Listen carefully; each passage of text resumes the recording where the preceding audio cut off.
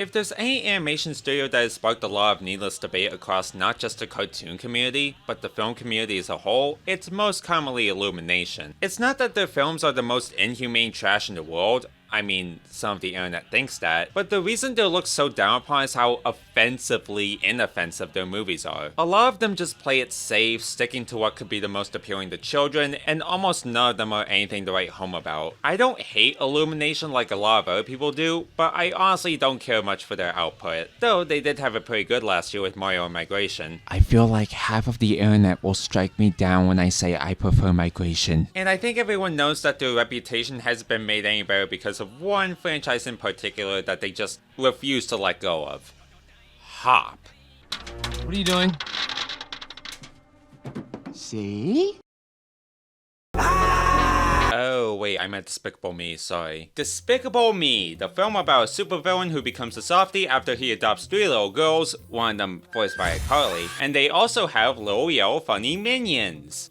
But nobody cares about them. The kids are all there for Vector, baby! In all seriousness, the first Despicable Me was actually pretty good. It's nothing groundbreaking, but its heart is in the right place for the kind of story it's telling, and the minions, while almost completely pointless to a plot, aren't as bad as everyone says they are. People only ever hated them simply for how much Universal has squeezed the life out of them, which is literally what they exist for, so you kinda can't blame those haters. Despicable Me 2, meanwhile, was just okay. It still has the charm from the first film, and I thought Lucy was an okay character. Also, of course, we have El Macho. But I wasn't really as engaged, plus the romance stuff wasn't executed that well and fell all over the place. And unfortunately, the third movie was a bit weaker. The plot was way too messy, Trey Parker couldn't save the villain from being forgettably bland, and I did not care for Drew at all. Like, I could barely stand his voice. My brother! And the Minions spin-off films were fine, I guess, but you can obviously tell from watching them that they were made for the sake of Minions doing stuff, and your enjoyment of them entirely depends on if you like the Minions or not. I mean, I think they're fine characters. I do get some chuckles from them from time to time, but I honestly don't think they're really enough to carry an entire film, which is why I think the duology, while not bad, kinda falls flat. And now we have arrived at Despicable Me 4. Yeah, don't act surprised. If Toy Story and Ice Age can run for 5 movies, what's stopping Despicable Me from reaching to do the same? After Gru welcomes a new family member, Gru Jr., a supervillain named Maxime Lamar has escaped from prison alongside his girlfriend, Valentina, and vows revenge against his former rival, which is Gru. This forces Gru, including Gru Jr., Lucy, Margot, Edith, and Agnes to relocate to a new home and hide under new identities for their safety. And with a new neighbor named Poppy Prescott wanting to return the former supervillain to his old ways, Gru must now do his best to keep his identity a secret to not only protect himself from Maxime, but to also protect his family. So, you guys know Pharrell Williams, right? The guy who's about to have a whole Lego biopic about him? He's been working with Illumination for the studio's whole life, and he's commonly collaborated with them on making songs for the Despicable Me movies. So it makes sense that he made a song for this movie named Double Life. Get it? Cause Gru is keeping his identity a secret. But what many people find interesting about this particular track is the theory that it isn't just a song to tie into the movie, but it's also a diss track towards Canadian rapper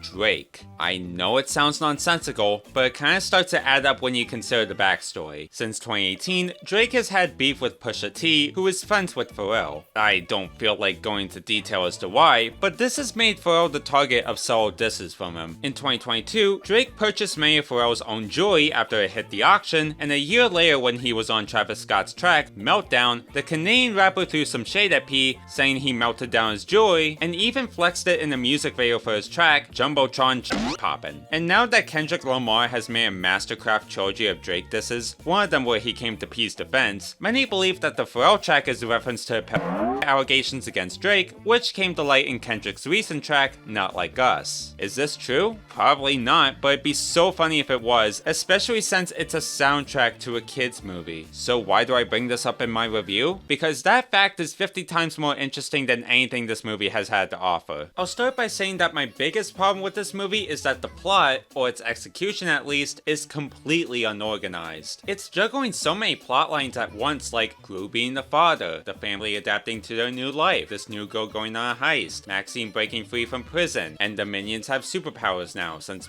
we gotta make that merchandise, etc, etc, and they don't really connect together all that well. Plus, some of the storylines are a bit pointless. I know you're gonna say, well, people come to these movies mainly for the funny shenanigans, and for better or worse, you're right. However, while I will admit this movie did give me a few chuckles, the rest of it isn't all that funny. It's just the same safe humor that you come to expect from most Illumination movies, especially Despicable Me, except it's starting to get tiring. As you can imagine, the minions are relied on for most of the humor here, and it's clear as day that they really don't know what to do with them anymore, if it wasn't apparent already after Rise of Gru. But they make some of them super minions.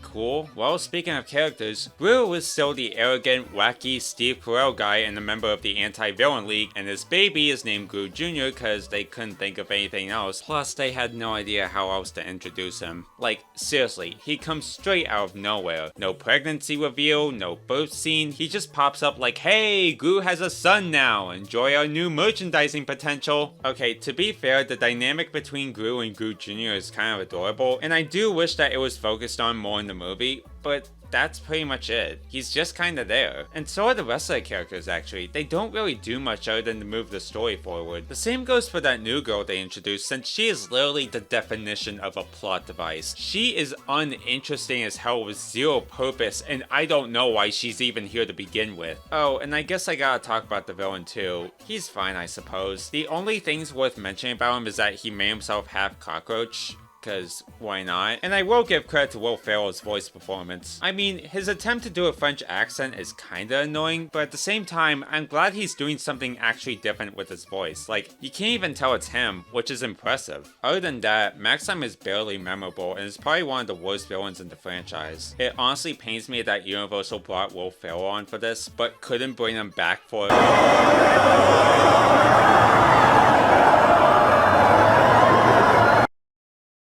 Actually, on second thought, and I guess since we're talking about an animated feature, I shouldn't go without saying that, at the very least, like all Illumination movies, it looks visually pretty. The character movements, the designs, the backgrounds, the colors, everything else. I don't ever doubt that Illumination can make amazing animation since it's really the one consistently good thing they have going for them. And yeah, that's kinda it. Despicable Me 4 basically proves that the franchise is starting to run out of steam. It may look visually pretty with a few chuckles here and there, but with its confused plot, forgettable characters, and mostly tiresome jokes, this is by far the weakest Despicable Me flick. I don't think it's god-awful per se, it's just subpar! If there's anybody that I can see enjoying this, it's either die-hard Despicable Me fans or, most importantly, the demographic the series was made for, which is children. Not saying, oh, only children should watch this, but when watching a Despicable Me flick, it's obvious that they're made with children in mind, and a lot of them aren't going to care about any flaws in the quality since they're just there for funny yellow creatures. The auditorium I saw it in was almost jam-packed with both large families and,